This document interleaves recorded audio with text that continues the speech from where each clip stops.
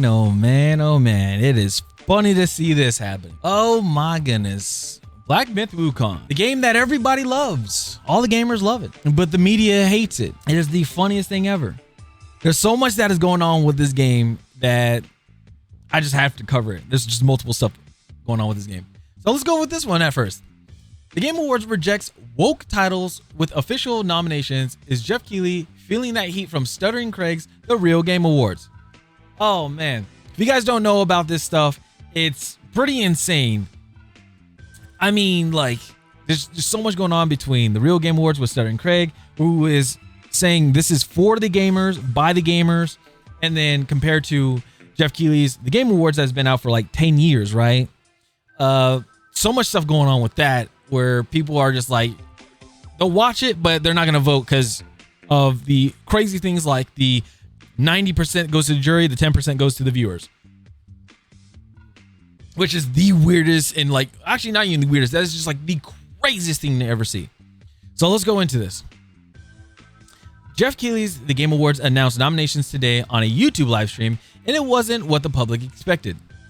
Most assumed the 10th iteration of Keighley's annual event, which is typically driven by corporate interests and the legacy games journalism elites, would celebrate failed woke titles like Dragon Age: The Veilguard, Concord, Dustborn, and Star Wars Outlaws. However, those games received very little attention, while fan favorites like Black Myth Wukong and Astrobot ruled the day. It is hilarious seeing this.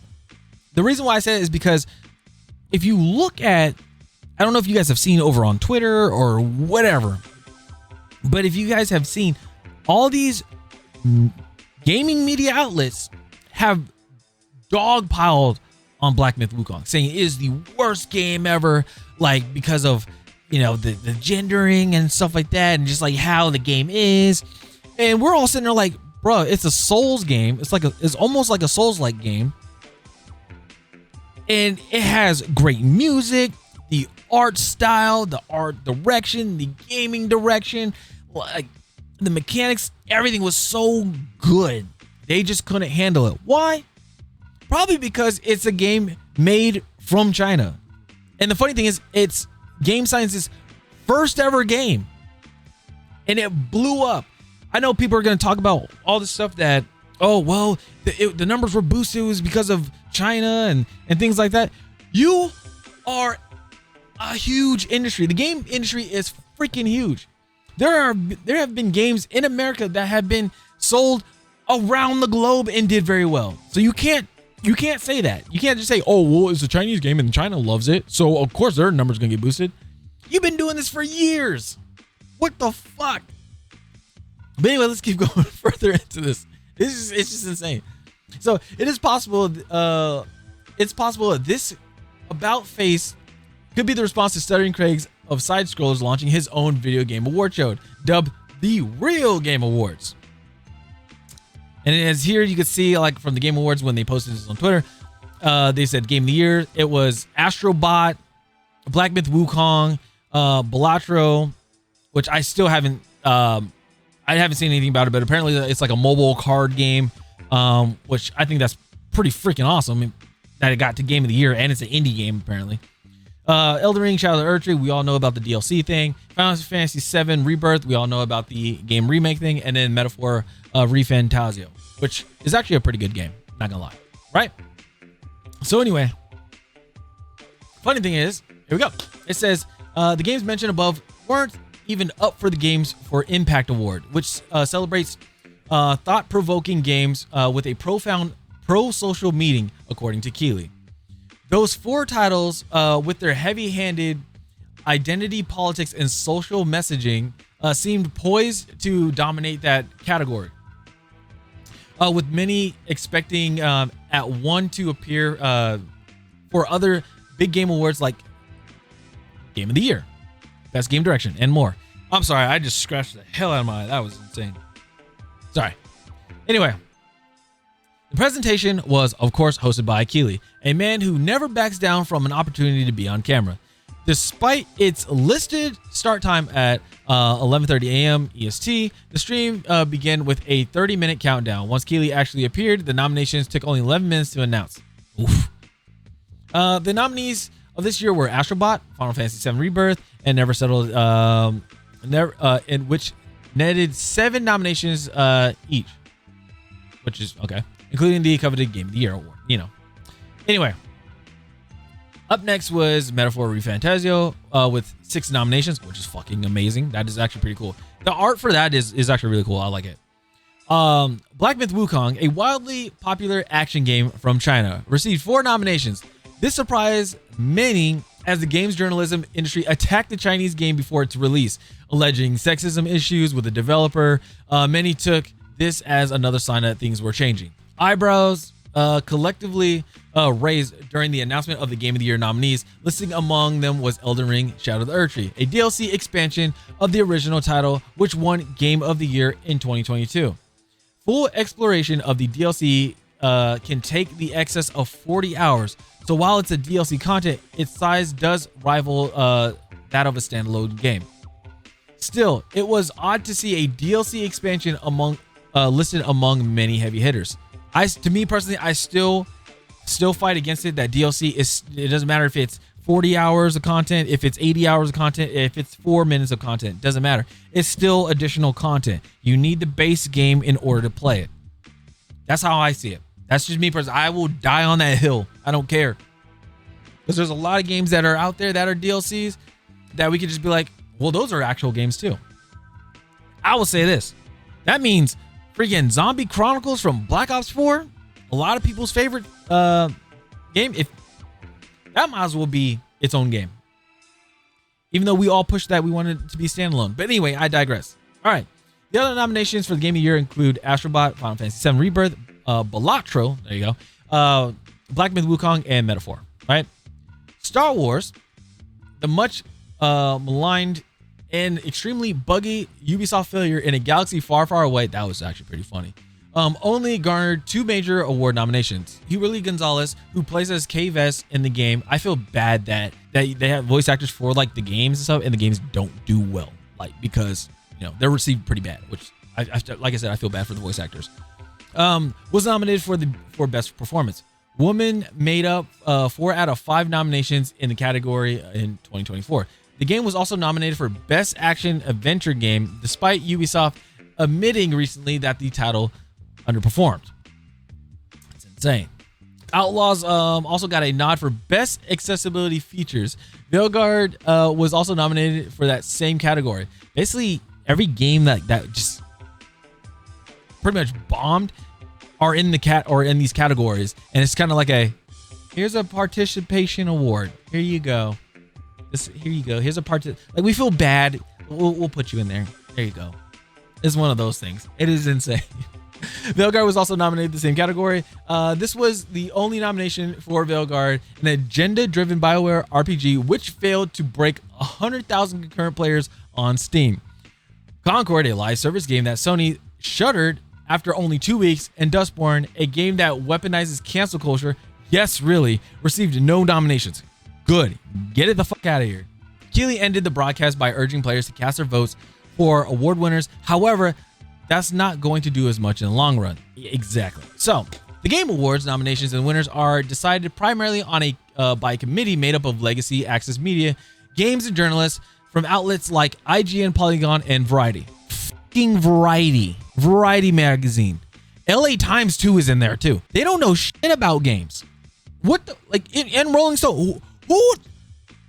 Like, what the hell? What in the hell is going on here? What the fuck do they know about video games? They don't. They don't know anything. It is insane. So while the public votes on winners, the public score again only counts for 10% of the actual results, and the jury gets 90% of the control for the votes. The only time when our vote actually counts is if there is a tie. Somehow if there's a tie. But if we all go for Black Myth Wukong, I mean the whole fucking world does. I'm sorry I'm cussing a lot, but I'm just very deeply passionate and mad about this. But if the whole world is going for this game, for Black Myth Wukong to be Game of the Year, let's just say, and the jury says, no, we want Elden Ring could win. Most likely would win because they are the 90%. So they're like, oh, they won. Screw you guys. Take that. Middle fingers. Haha. Blah, blah, blah, blah. Type of thing. It's crazy. This unbalanced power dynamic was what led Stuttering Craig of Side Scrollers to launch his own award show dubbed the Real Game Awards. But here's the funny thing. After year after year and over again, the Game Awards, people say that has to be a real award show for gamers. Stuttering Craig and his official announcement back in March. Well, let's do it. The new show's winners are voted on by players with no legacy access media involvement and no corporate sponsorships. It's just all us, which I think is awesome. The exact opposite of how Keeley's show has operated for the last 10 years. Craig's show appears to have rattled Keeley, who recently tried to file a trademark with the US Patent Office for the Game Awards. If it was accepted, if this happens to be accepted, ladies and gentlemen, that would mean that no matter what company or what influencer or whoever wanted to make a Game Awards show, they wouldn't be able to. They would get copyright strike. They would be like, that's what would happen.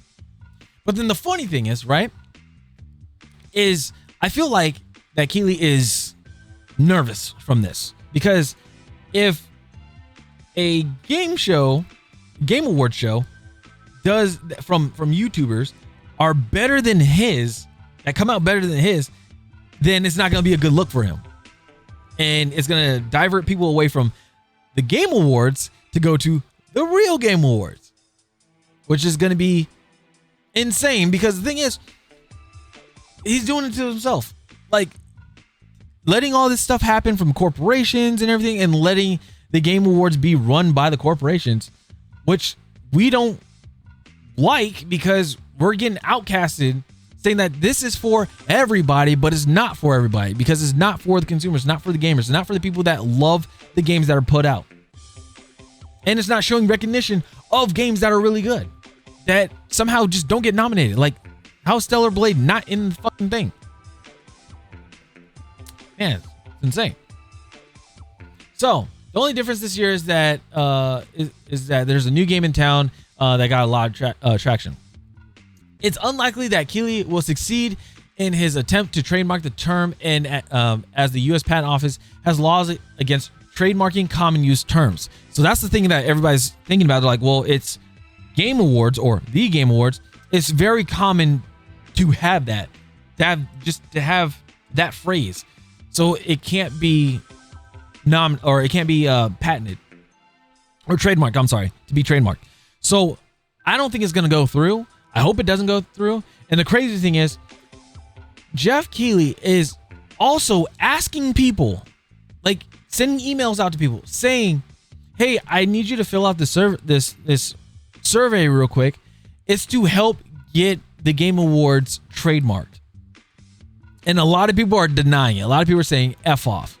Now, we're always going the whole thing with Black Myth Wukong. Why I was so happy and laughing about this whole thing is because what I saw is this. The Golden Joystick Awards happened, and the funny thing is, Black Myth Wukong won 2 prestigious awards: Ultimate Game of the Year and Best Visual Design. And the thing is, I know that these industries, like these magazines here that you see right here, are seething. They're just so pissed off. They try to talk so much crap on this game and try to say nobody likes it, this and that. We're gonna give it the worst rating ever, blah blah blah.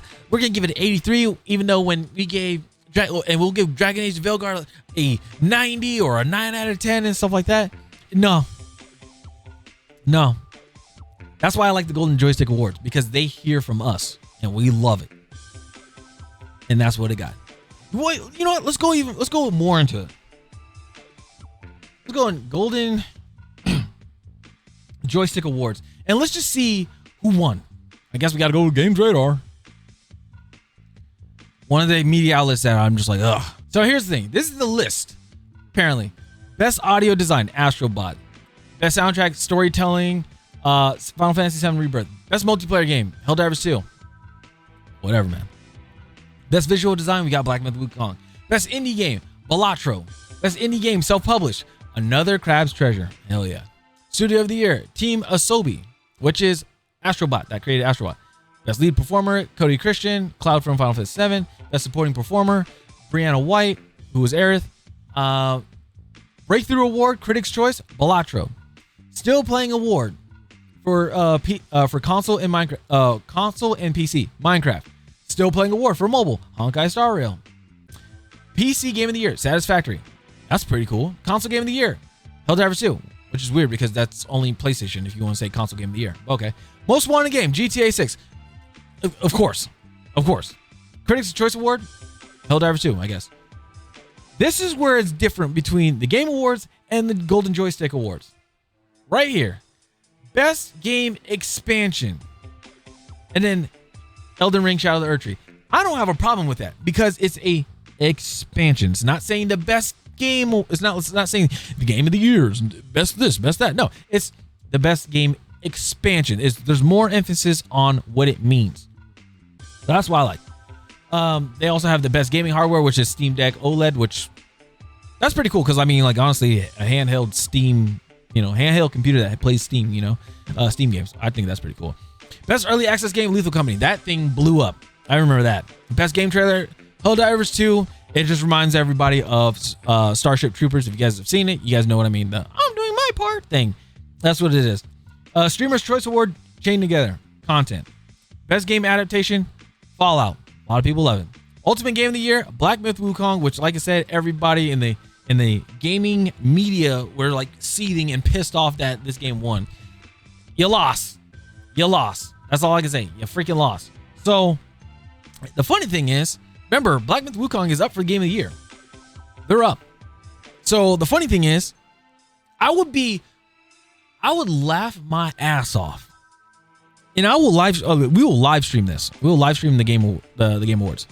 I will laugh my ass off if I see Black Myth Wukong win Game of the Year. I mean, rightfully so. Like, they should win. They should win it. I heard Astro Bot is really good too, and also Metaphor, and obviously Metaphor is really good. But if they win, I will laugh my ass off because then that means this is probably the only game I think that won 2 Game of the Year awards in 1 year. And the funny thing is, it's a non-US game. And the funny thing is, it's Game Science, and this is their first ever made game.